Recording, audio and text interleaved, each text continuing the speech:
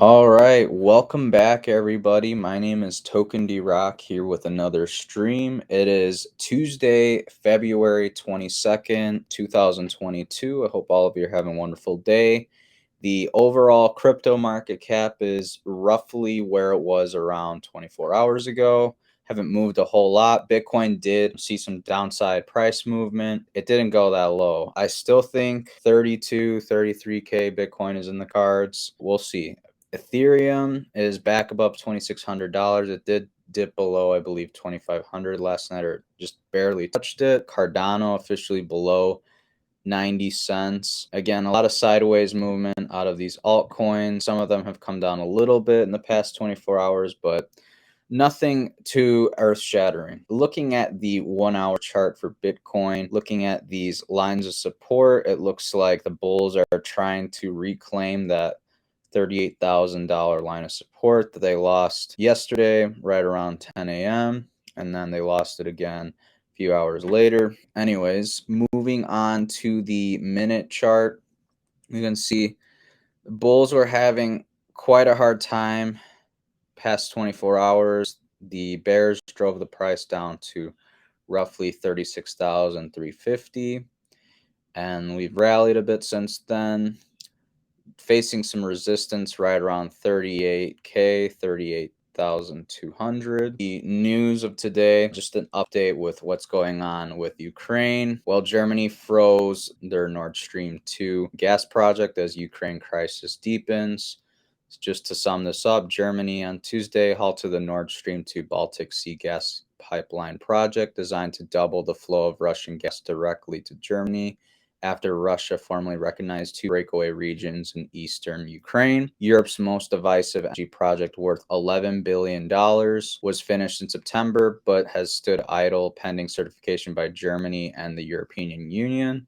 Pipeline had been set to ease the pressure on European consumers facing record energy prices amid a wider post-pandemic cost of living crisis, and on governments that have already forked out billions to try to cushion the impact on consumers. But on Tuesday, the European benchmark gas price, currently the Dutch mark contract, was up 10% to 79.28 euros per megawatt per hour at 14:16 GMT, much like the price for the fourth quarter when Nord Stream 2 had been expected to start. So essentially, there's two natural gas pipelines that are going from Russia to Germany, and they go through the Baltic Sea to get the gas from Russia to Germany. And essentially, they made these pipelines as a way to lower the cost of gas for the everyday consumer. I guess one pipeline wasn't enough, so they made another one, and they're actually waiting to certify that second pipeline. And basically, all bets are off the table on whether this pipeline is going to get up and running for the time being, because as of late, in the past 24 hours, Vladimir Putin, the leader of Russia, he recognized two sovereign parts of Ukraine and said that he recognized them as sovereign states, which NATO views as an act of aggression, because under that pretext, he could theoretically move Russian troops into Ukraine more formally, by putting troops in these sovereign states that he's claiming are sovereign. Keeping out of the politics, I think this is a nothing burger. That's not to say we can't see World War III. I think a lot of this is just kind of like saber rattling, essentially. They're just trying to see where everyone stands at this current point in time, because leadership has changed a bit in the past few years with some of these world leaders. So just something to point out. And the main focus of today's video is to move your crypto.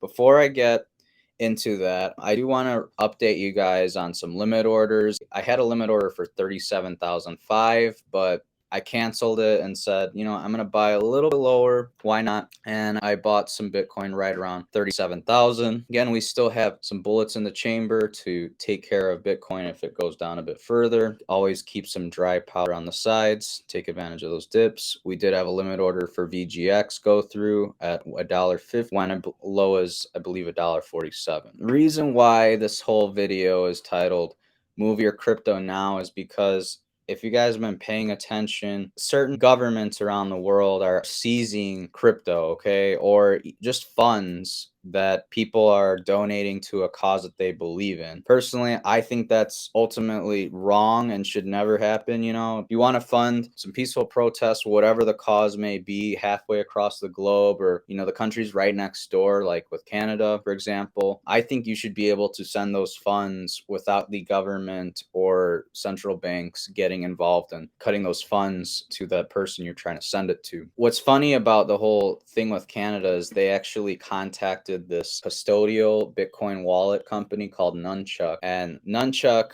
basically told them, look, we don't have any of the information you want from us. All we have is the email address that these wallets signed up with. That's all we can give you. And at the end, they basically said, we'll still be here to service you when the Canadian dollar goes belly up. It's pretty hilarious, pretty comical, not going to lie, but it's a scary precedent that we're seeing unfold before us, where governments of the so-called free world can seize your funds, if they don't like the protests that your funds are going towards. Again, not to get too political, because this isn't a political channel, but I think that is very, very wrong, and governments should not be partaking in those behaviors. But anyways, with the latest volatility in the market, I've just been kind of reevaluating my whole portfolio and looking where I can maybe make some juicy interest off my crypto while I wait for Bitcoin to rally up to 50 or 60K again. So I tried to move some Polkadot over to Voyager, but surprise, surprise to no one, they still do not allow transfers. Otherwise, I would have been earning 12% on my fat stack of Polkadot, but I just transferred over from Anchor USD over to Celsius instead, earning that 9%. Pretty juicy. I had some Solana over on my Anchor USD as well as my Binance US. I would throw it on Voyager for the hell of it, but you need a minimum of 300 SOL to earn 3%. No, thank you. I just put that on Celsius to earn that 5.50%. Those were the two cryptos that I did move within the past few days. I did try a few others which are on this list: Cardano, Chainlink, Matic, Luna, and Avalanche. I tried to move my Cardano from Binance US over to Celsius to earn that 4.06%. The other reason why I was going to move it to Celsius over Voyager is because Celsius does cover your withdrawal fee. So whenever you're done staking on Celsius, when you go to withdrawal, you will pay no fees. That's why I like Celsius. So link down below if you want to get signed up on that app. If you want to get signed up on Voyager to get trading, got a link down below. I went to transfer my ADA. My withdrawal fee was 88 cents, one Cardano, to move roughly 455. And to show you guys what unfolded, this is what happened. So I pasted my 2FA, and it says the current currency is not open for withdrawal. So withdrawal issues over on a centralized exchange like Binance, nothing new, and that's why I try to make it clear that you guys should have your crypto not all in one place. Just to show you some other stuff, like I was going to move some Matic over from my Binance account over to Celsius, and then as soon as I saw this, $34 in fees, yes, I can make that money up by having it staked out on the Celsius platform a while and be earning that 9.10%. But that's a bit pricey for a network fee, especially something that's supposed to be a million times cheaper than the Ethereum network and the fees that you see on that network. So ultimately, I didn't end up transferring my Matic over to my Celsius account just because I'm not trying to spend $34 in fees. I don't know about you guys. That's just how I feel. And same thing with Chainlink. I tried to move just 16 Chainlink. Look at that. That fee is over $30 just to move 16 Chainlink. The thing that I do like about Binance is they do show you roughly the amount of the withdrawal fee that you're going to be paying when you move that crypto over to whatever platform you're moving it to. I use Anchor USD, and they don't show you the fee on Anchor, so you don't know what you're going to be sending. So if I sent all of this Matic from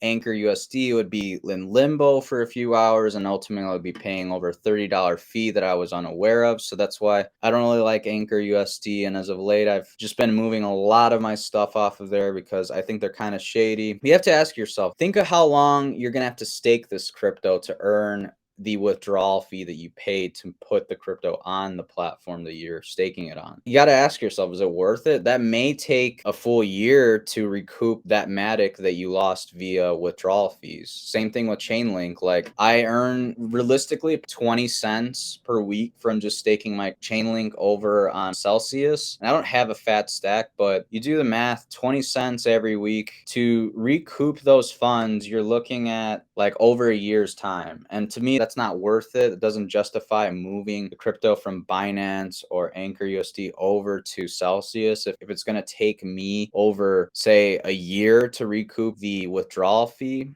I'm not about it. So I have not moved my Chainlink or my Cardano or my Matic over to Celsius. I was going to move my Luna from my Voyager over to my Celsius, but they don't allow transfers, and neither does Avalanche on Voyager. I don't know what Voyager's deal is with no transfers for some of these like layer ones like Polkadot, Luna, and Avalanche. It's a little frustrating, but you just got to get creative. And also, you don't want to have all your funds in one place to begin with. So maybe it's a blessing in disguise. Maybe it's for the better that I can't transfer some of these funds over to Celsius. Just to give you guys some insight as to the interest rates that you can earn on these cryptos on the various platforms. I did originally have a BlockFi column like the beginning of this month, and I took out the column because unless you have crypto on there right now, you cannot earn interest if you're a US customer. So if you're trying to earn some interest on your crypto over on BlockFi and you haven't opened an account yet and you're a US resident, can't even put crypto on there.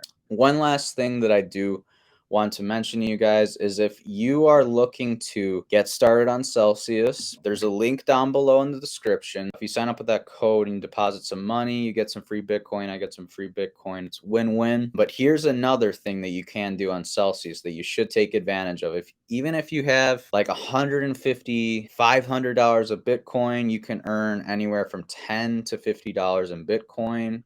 All you have to do is when you make your Celsius account with the code down below, you go to the promo code in your app and you put this in. You deposit your Bitcoin from another platform, say something like Binance US that doesn't pay you any interest on Bitcoin. You move it over to the app.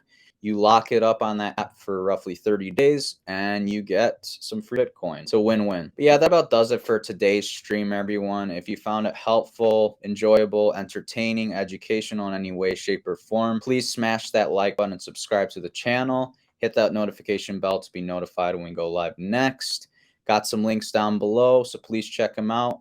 Have a great day. And until next time, guys, invest wisely. Bye.